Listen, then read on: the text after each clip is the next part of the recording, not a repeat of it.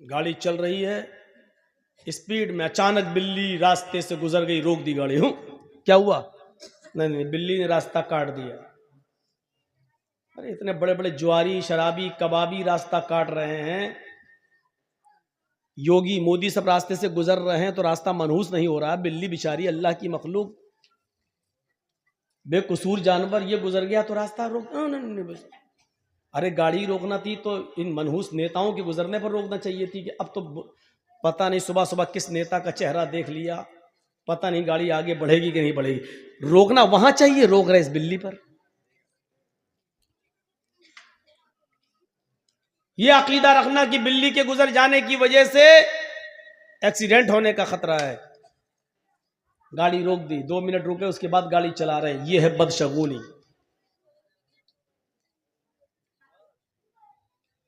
हाजी साहब हज करने जा रहे थे, रास्ते से वापस लौट आए। बीवी ने पूछा क्या हुआ? तो बिल्ली रास्ते से गुजर गई, अब हज नहीं होगा, लौट आए।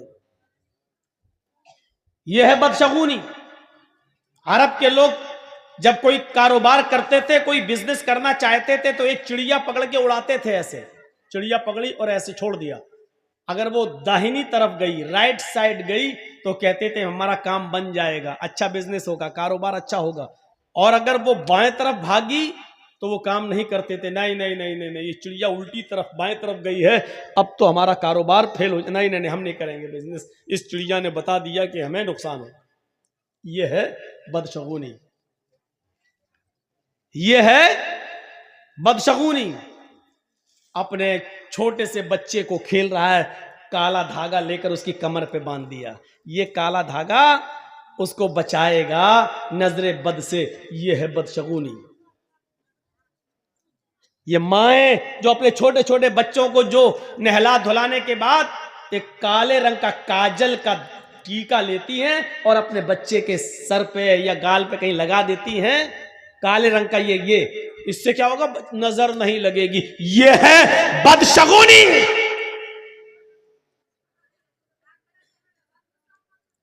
माफ कीजिएगा, सिर्फ इतना सा काला टीका लगा देने से तुम ये समझती हो कि मेरे बच्चे पे नजर नहीं लगेगी।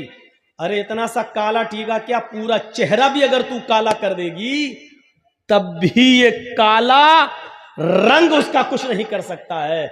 अपने बच्चे को नजरे बद से बचाना है तो सिर्फ ये दुआ पढ़ो, अल्हम्दुलिल्लाहि रब्बिल आलमीन से वलज़्ज़ालीन आमीन, और उसके बाद में कुल औज़ु बिरब्बिल फलक और कुल औज़ु बिरब्बिन नास, ये पढ़कर अपने बच्चों पर दम करो 3 मरतबा सुबह और 3 मरतबा शाम। आपके बच्चे पर नजर नहीं लगेगी। ये काले टीके बंद करो।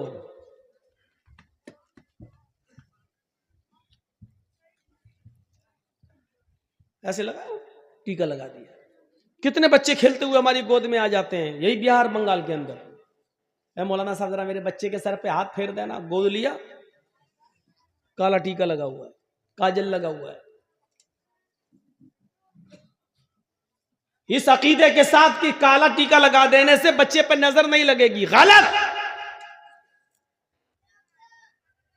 3 बार सूरह फातिहा पढ़ो, 3 बार कुल औज़ु बिरब्बिल फलक पढ़ो, 3 बार कुल औज़ु बिरब्बिन नास पढ़ो और अपने बच्चों पर दम करो।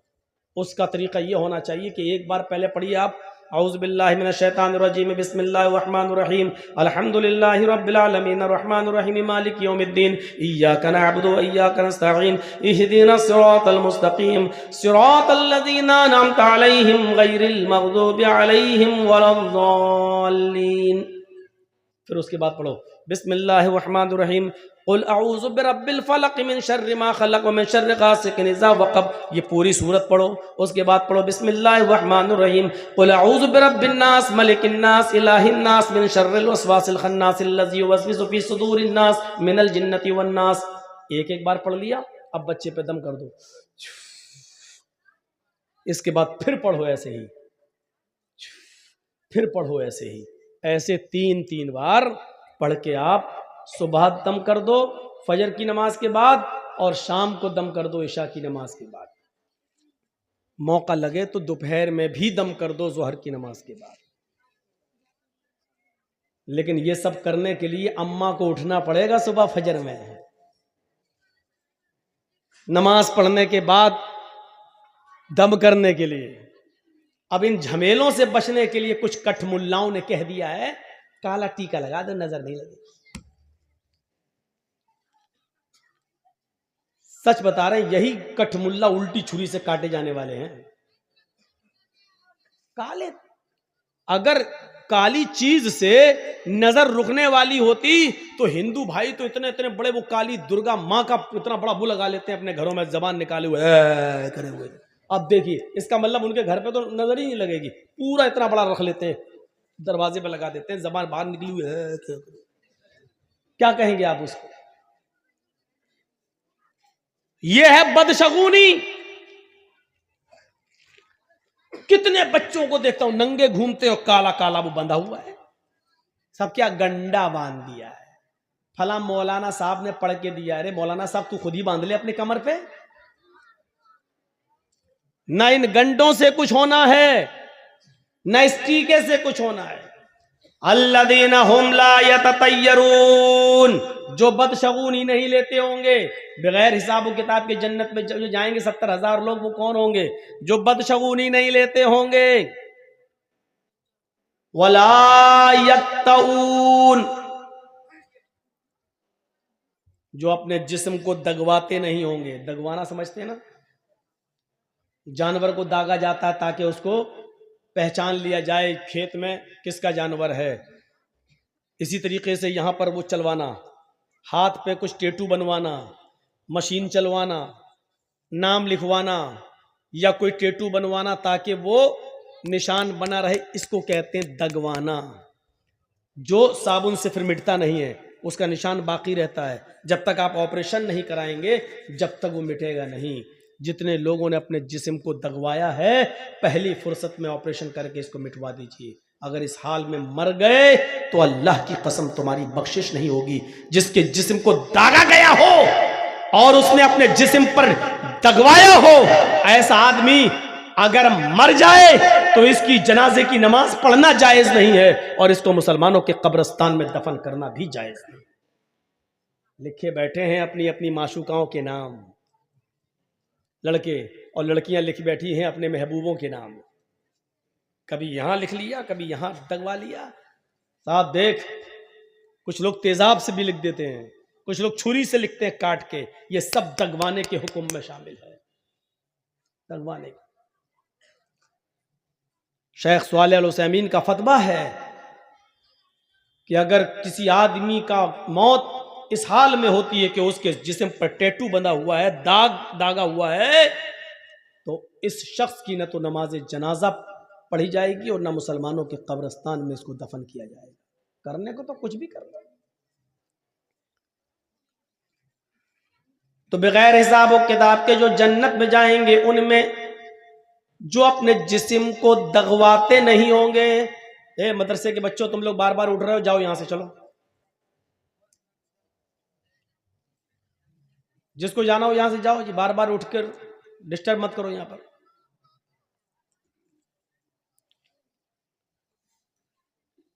अल्लदीना हुम ला यततय्यरून वला यक्तऊन, और जो अपने जिस्म को दगवाते नहीं होंगे। और तीसरी चीज सुन लीजिए, जो बगैर हिसाब किताब के जो लोग जन्नत में जाएंगे, उनमें तीसरी चीज क्या है? सही बुखारी की हदीस, अल्लाह के नबी फरमाते वला यस्तरकून, जो झाड़ फूक नहीं करते हो।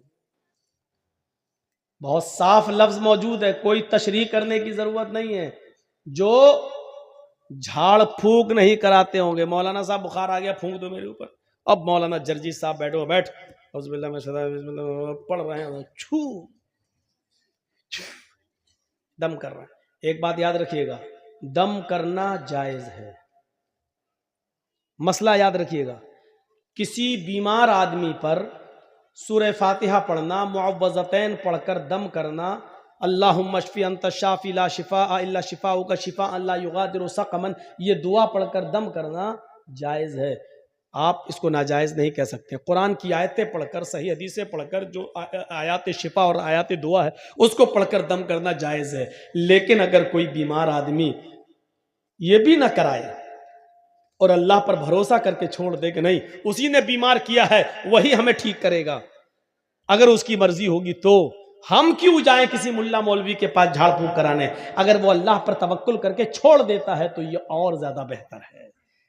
इसी को अल्लाह के नबी ने फरमाया वला यस्तरकून, जो झाड़ फूक नहीं करवाते होंगे। झाड़ फूक की आड़ में असल में बहुत बुरे बुरे काम हो रहे हैं।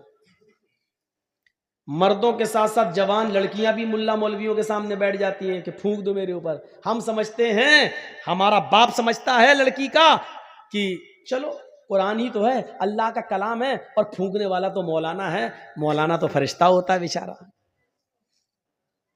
वो इंसान कहां होता है, वो तो फरिश्ता होता है। जिस तरीके से पर्दा 10 साल की उम्र की लड़की को, 10 साल से बड़ी लड़की को जिस वक्त 10 साल की हो जाए उसके बाद लड़की को अपना चेहरा भी छिपाना पड़ेगा, अपने हाथ की हथेलियां भी छुपाना पड़ेंगी, उसको पर्दा करना पड़ेगा। और जिन लोगों से पर्दा करना है उनमें मुल्ला मौलवी भी शामिल हैं।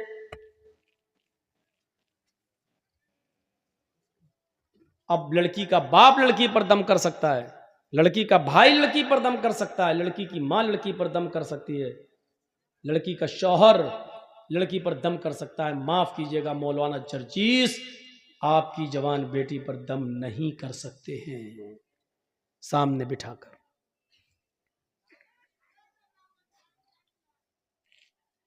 वला यस्तरकून, झाड़ फूक नहीं कराते होंगे। झाड़ फूक अगर कोई शख्स करता है कुरान हदीस के दायरे में तो जायज है, लेकिन अगर अल्लाह पर भरोसा करके ये भी ना करवाया जाए तो अफजल है, बेहतर है। वला यस्तर। और चौथी चीज वाला रब्बिहिम यतवक्कलून, और जो अपने रब के ऊपर पूरा पूरा भरोसा और तवक्कुल करते होंगे ये लोग बगैर हिसाब व किताब के जन्नत में जाएंगे। अब जन्नत में जाने वाले कितने लोग हो गए? जिन्होंने कहा ला इलाहा इल्लल्लाह वो जन्नत में जाएंगे, जिन्होंने ला इलाहा इल्लल्लाह के साथ नमाज पढ़ी, रोजा रखा, हज किया, ज़कात दी, यानी चारों काम किए, ये जन्नत में दाखिल होंगे। और तीसरी चीज मन काना फी आखिरी कलाम, मन काना फी आखिर कलाम ही ला इलाहा इल्लल्लाहु दखलल जन्ना, और जिसकी जबान से आखिरी जुमला ला इलाहा इल्लल्लाह निकला वो जन्नत के अंदर दाखिल होगा। जो बदशगुनी नहीं करता होगा वो जन्नत के अंदर दाखिल होगा बगैर हिसाब व किताब की जाने वालों में ये भी शामिल है। और जो अपने जिस्म को दगवाते नहीं होंगे, और जो झाड़ फूक नहीं कराते होंगे, और जो अपने रब के ऊपर पूरा का पूरा तवक्कुल और भरोसा और एतमाद करते होंगे, अल्लाह के अलावा उनका यह एतमाद किसी और के ऊपर नहीं गया होगा, ये बगैर हिसाब ये जन्नत में जाने वाले लोगों में से होंगे।